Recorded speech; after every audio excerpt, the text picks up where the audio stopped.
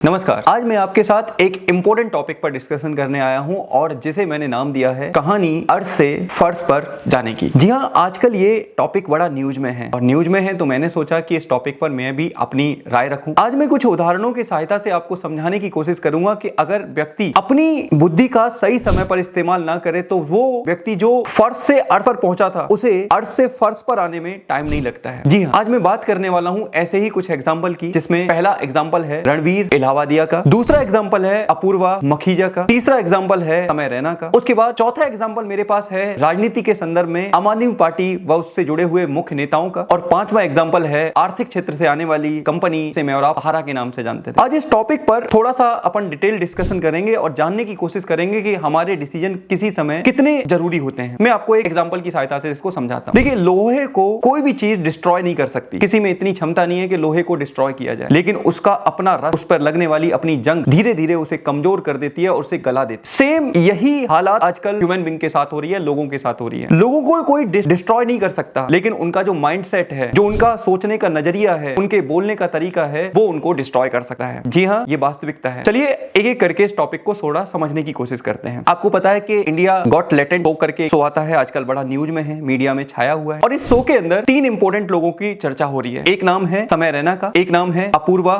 मखीजा का, और एक नाम है रणवीर इलाहाबादिया का। अब आपको समझना चाहिए, ये तीनों छोटी सी एज में बड़ी बड़ी उपलब्धियां पाने वाले लोग हैं। छोटी सी एज में इन्होंने समय से पहले बहुत सारी बड़े बड़े कीर्तिमान हासिल किए हैं। अगर मैं रणवीर इलाहाबादिया की बात करूं तो जितने भी इंडिया के टॉप बड़े लीडर्स हैं, टॉप फेमस पर्सनैलिटीज हैं, उन्होंने सबके साथ पॉडकास्ट किया है। लेकिन हुआ क्या, इस शो में गए और कुछ ऐसे शब्द उन्होंने का इस्तेमाल किया जो समाज के नजरिए से बिल्कुल एक्सेप्टेबल नहीं है। बिल्कुल सही बात है, मैं इस बात का समर्थन नहीं कर रहा हूं कि इलाहाबादिया ने जो बोला मैं उसका समर्थक हूं, नहीं। उन्होंने गलत बोला, चाहे वो स्क्रिप्टेड था, चाहे उन्होंने अपनी समझ से बोला, जो भी, लेकिन गलत था, वो गलत था। जिसका खामियाजा क्या हो रहा है, आज चारों तरफ उनकी आलोचनाएं की जा रही हैं कि एक ऐसा व्यक्ति जो इतने बड़े बड़े लोगों का इंटरव्यू करता है और वो इस प्रकार की सोच रखता है। इस पर सोचने वाली बात है, कितना दिन लगे थे अपने नाम कमाने को, लेकिन एक शो में एक वाक्य ने उनके पूरे करियर को धीरे धीरे डिस्ट्रॉय सा कर दिया है। तो माइंडसेट ही है। दूसरा अपूर्वा मखीजा, आपको याद होना चाहिए, इनको IIFA के अंदर ब्रांड एम्बेसडर के रूप में बनाया गया, चुना गया था। इंडियन जो फिल्म फेस्टिवल्स होते हैं उसमें ब्रांड एम्बेसडर के रूप में थी अपूर्वा मखीजा। लेकिन जिस तरह के शब्दों का इस्तेमाल इन्होंने किया, पब्लिक प्लेटफॉर्म पे किया, इनसे एम्बेसडर जो इनको बनाया गया था वो इनसे छीन लिया गया है। साथ ही रणवीर इलाहाबादिया का आपको पता है कि अभी कई सारे पॉडकास्ट उनके आने वाले, चाहे वो एक सिंगर हैं बी प्राक के साथ आने वाला था, एक एक्ट्रेस हैं उर्वशी रौतेला के साथ आने वाला था, इसके अलावा कई और पर्सनैलिटीज के साथ आने वाले थे। सबने अपने शोज को कैंसिल कर दिया है कि ऐसे माइंडसेट वाले व्यक्ति के साथ हम लोग किसी भी कीमत पर पॉडकास्ट शूट नहीं करा सकते। ये एक फॉल डाउन ही है। फिर समय रैना, समय रैना आपको पता होना चाहिए कश्मीर, मूल रूप से कश्मीर से आते हैं और इस प्रकार के शो में गाली गलौज करना, भद्दे मजाक करना, इस प्रकार की कमेंटबाजी करना, इन सब से क्या हुआ, उनके शो से सारे वीडियोस जो उन्होंने करोड़ों में व्यूज थे जिसके ऊपर, वो डिलीट करने पड़े और कई राज्यों में उनके खिलाफ FIR दर्ज हो चुकी है। यानी कि ये तीनों जो सामाजिक पहचान बनाकर आए थे, जो जिन्होंने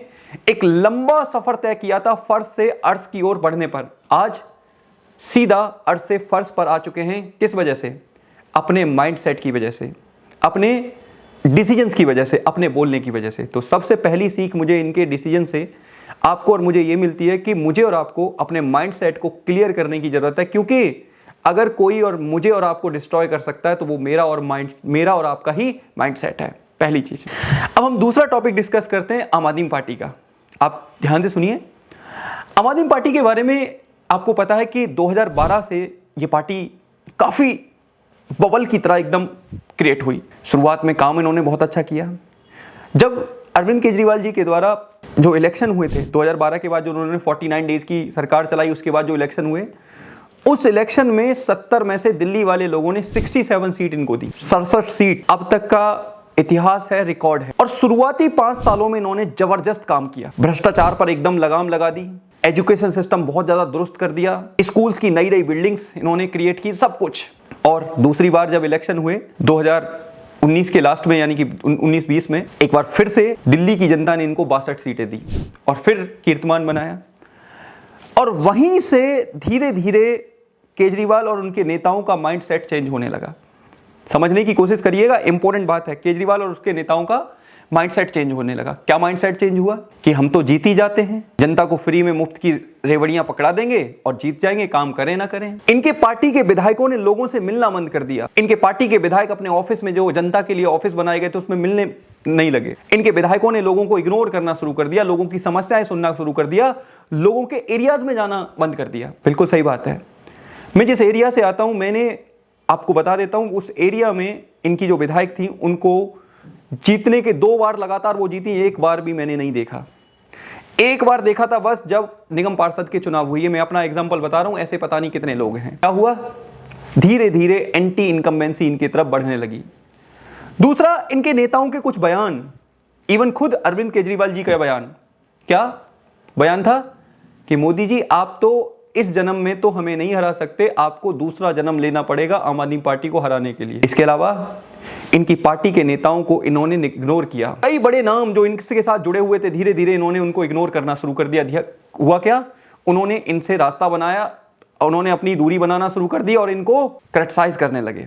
खामियाजा क्या हुआ, वो पार्टी जो शुरुआती 2 चुनावों में जिसने रिकॉर्ड बनाए हैं, वर्ल्ड रिकॉर्ड बनाए हैं, देश की राजनीति में रिकॉर्ड बनाए हैं, वो पार्टी मात्र 22 सीटों पर सिमट कर रह गई। और इसके टॉप बड़े नेता, चाहे वो अरविंद केजरीवाल हों, सौरभ भारद्वाज हों, मनीष सिसोदिया जी हों, या फिर सत्येंद्र जैन जैसे बड़े नेता, उन सब को चुनाव में हार का सामना करना पड़ा। क्या, कैसे, क्यों हुआ ये? सबसे बड़ी बात, राजनीति का मतलब क्या होता है? राजनीति का मतलब ये नहीं होता कि आप चुनकर आए और अपने घरों में बैठ गए। आप चुनकर आए तो जनता की समस्याओं के प्रति संवेदनशील नहीं रहे, आप चुनकर आए तो अपनी योजनाओं को जनता तक नहीं पहुंचाए। राजनीति का मतलब ये नहीं होता। राजनीति का मतलब होता है कि ग्राउंड स्तर पर रहकर बारीकियों को समझना, ये जानना कि हमारी पार्टी कहां लैग कर रही है, ये जानना कि अगले 5 सालों में हमने क्या क्या काम किए, क्या वो जनता तक पहुंचे, क्या जनता को उसका लाभ हुआ, ना कि ये कि अपने ही वादों पर मुकर जाना। ये क्या है, ये अर्थ से सीधा फर्श पर आने की लड़ाई है।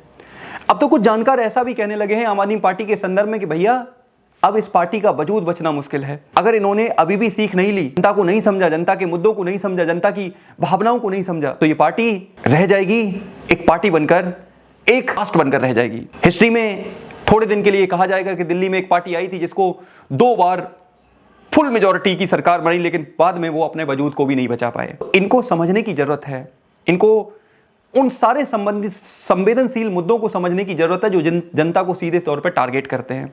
आप बताइए, बीजेपी ने कमबैक किया ना, क्यों? अपनी नीतियों के कारण, अपने राष्ट्रवादी मुद्दे को, एजेंडे को प्रॉपर रूप से रखने के कारण। लेकिन वही बात है कि आप एक व्यक्ति के नाम पर कब तक वोट ले लोगे? तो पार्टी के जो नेता हैं, जो कार्यकर्ता हैं, उन सबको काम करने की जरूरत होती है, ना कि एक पार्टी पर, एक व्यक्ति के नाम पर ज्यादा दिन तक चीजें चलती नहीं है। और यही आम आदमी पार्टी के साथ हुआ और उसकी वजह से उनका फॉल डाउन होता गया और उनका पतन होता गया। एक बड़ा रीजन ये है।